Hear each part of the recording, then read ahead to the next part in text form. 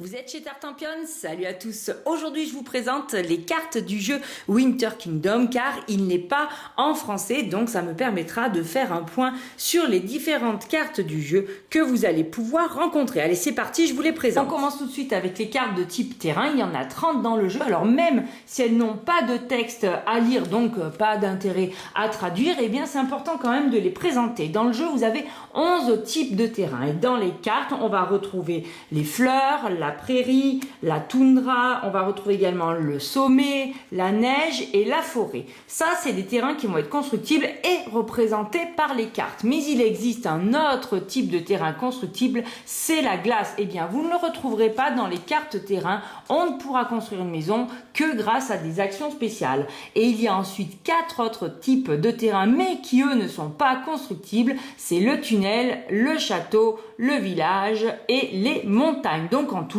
11 terrains différents. En début de partie, chaque joueur recevra une carte action obligatoire ainsi qu'une carte tunnel. Particularité de Winter Kingdom par rapport à Kingdom Builder, eh bien on a des cartes rebondissements. Dans le jeu, il en existe 8, mais à chaque partie, vous n'en piocherez qu'une. Et même sur vos premières parties, vous n'êtes pas obligé de les utiliser. En revanche, elles apporteront du sel au jeu pour les parties suivantes. On commence tout de suite avec les loups. Si vous placez 4 maisons ou plus lors d'un tour de jeu, à la fin de ce tour, vous devez retirer une de vos maisons en jeu du plateau et la remettre dans la boîte jusqu'à la fin de partie. L'expansion, lorsque vous placez une maison adjacente à un village et que c'est la seule de vos maisons à être adjacente à ce village, vous pouvez placer une autre maison adjacente à n'importe laquelle de vos maisons déjà en jeu. Ensuite, l'impasse. Les cases adjacentes aux maisons des autres joueurs sont considérées comme occupées et vous ne pouvez pas placer de maison dessus ni les traverser lors de vos déplacements. Le grand tunnel. Après avoir utilisé une carte tunnel sur une de vos maisons, vous pouvez déplacer cette maison d'une case dans n'importe quelle direction. La mobilité. Lorsque vous placez une maison, chaque case située à maximum 2 cases d'une de vos maisons déjà en jeu est considérée comme adjacente à cette maison. Cette règle s'applique même si cela implique de traverser des obstacles. Les routes, le fait d'acheter ou d'améliorer des cartes capacité vous coûte une pièce de moins que d'ordinaire. De plus, vous pouvez maintenant acheter et ou améliorer 2 cartes capacité à chaque tour de jeu. L'innovation, lorsque vous achetez ou que vous améliorez une carte capacité, vous avez le droit de l'utiliser immédiatement. Et enfin, l'archipel, les différentes sections du plateau de jeu ne sont pas connectées entre elles. Les cartes économie, là aussi il y en a 8 mais on n'en utilise qu'une à chaque partie. Alors elles vous permettent de gagner de l'argent en fonction de votre façon de vous placer durant la partie. Ici on a l'agriculture qui vous permettra de gagner une pièce pour chacune de vos maisons placées adjacentes à un village. On reconnaît bien l'iconographie du jeu, la pièce, la maison et le village, donc ça permet d'y revenir assez rapidement.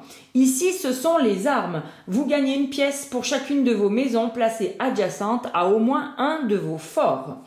Ensuite, on a les fourrures.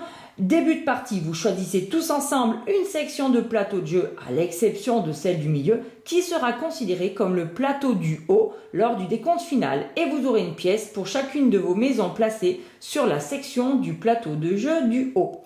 L'exportation. Vous avez une pièce pour chacune de vos maisons placée sur un bord extérieur du plateau de jeu. Le bétail, vous gagnez une pièce pour chacune de vos maisons placée sur une case à côté de laquelle il n'y a pas de case inoccupée du même type de terrain. La chasse, vous avez une pièce pour chacune de vos maisons placée sur une case qui n'est pas adjacente à une autre de vos maisons ou fort.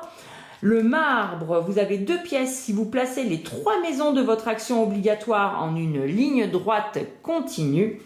Et le sauvetage, eh bien à chaque tour, avant d'acheter ou d'améliorer une carte capacité, une pièce pour chacune de vos maisons déjà en jeu que vous retirez du plateau de jeu et que vous remettez dans la boîte de jeu jusqu'à la fin de la partie.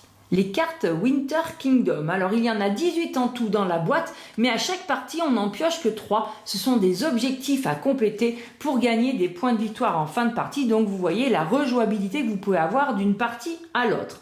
On commence tout de suite avec le bureaucrate. Alors pour chaque section, c'est-à-dire petit plateau du plateau de jeu, 4 points de victoire pour le joueur qui possède la ligne droite continue la plus longue composée de ces maisons sur cette section de plateau. En cas d'égalité, 4 points de victoire pour tous les joueurs à égalité. Ensuite, on a les chevaliers. Alors, vous choisissez une ligne sur le plateau de jeu dans la direction de votre choix, en diagonale ou horizontalement. Et vous aurez 2 points de victoire pour chacune de vos maisons placées sur cette ligne. Les mineurs, alors pour chaque zone de case montagne, 3 points de victoire pour le joueur qui a placé le plus de maisons adjacentes à cette zone de case montagne. Et oui, on ne peut pas construire sur une montagne.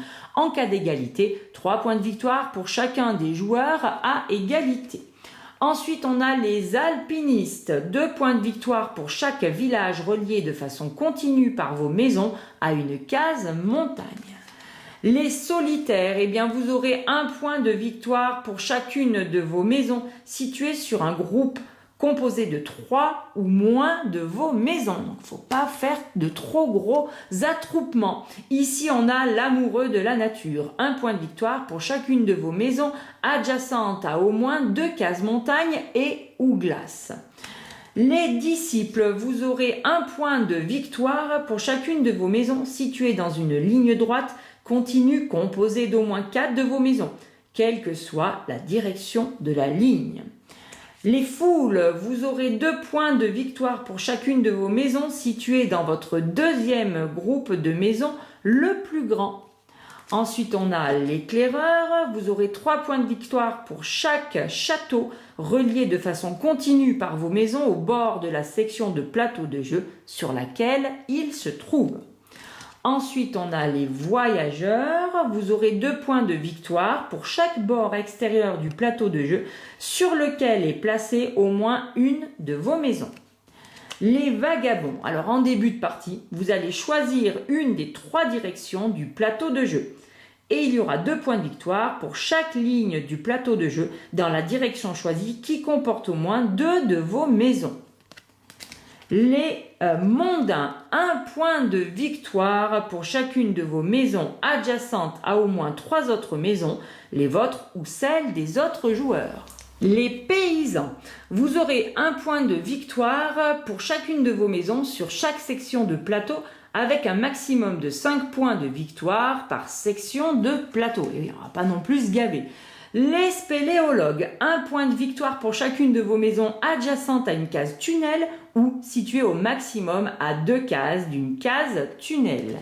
Les pionniers, alors en début de partie, là aussi, vous allez choisir quelle section de plateau, à l'exception de celle du milieu, sera celle du bas. Et vous aurez 1 point de victoire pour chacune de vos maisons placées sur la section de plateau bas. Ensuite, on a la royauté. Alors là, pour chaque village, 3 points de victoire pour le joueur qui a placé le plus de maisons adjacentes à ce village. En cas d'égalité, 3 points de victoire pour tous les joueurs à égalité. Les pêcheurs sur glace. Vous aurez 2 points de victoire pour chacune de vos maisons placées sur une case glace. Et enfin, les marchands, là vous aurez 5 points de victoire pour chaque village relié de façon continue par vos maisons à un château.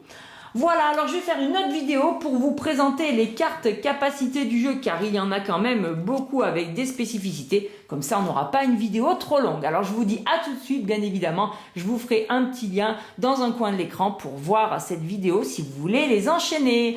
À tout de suite et je vous dis à très bientôt chez Tartampion. N'oubliez pas, amusez-vous bien!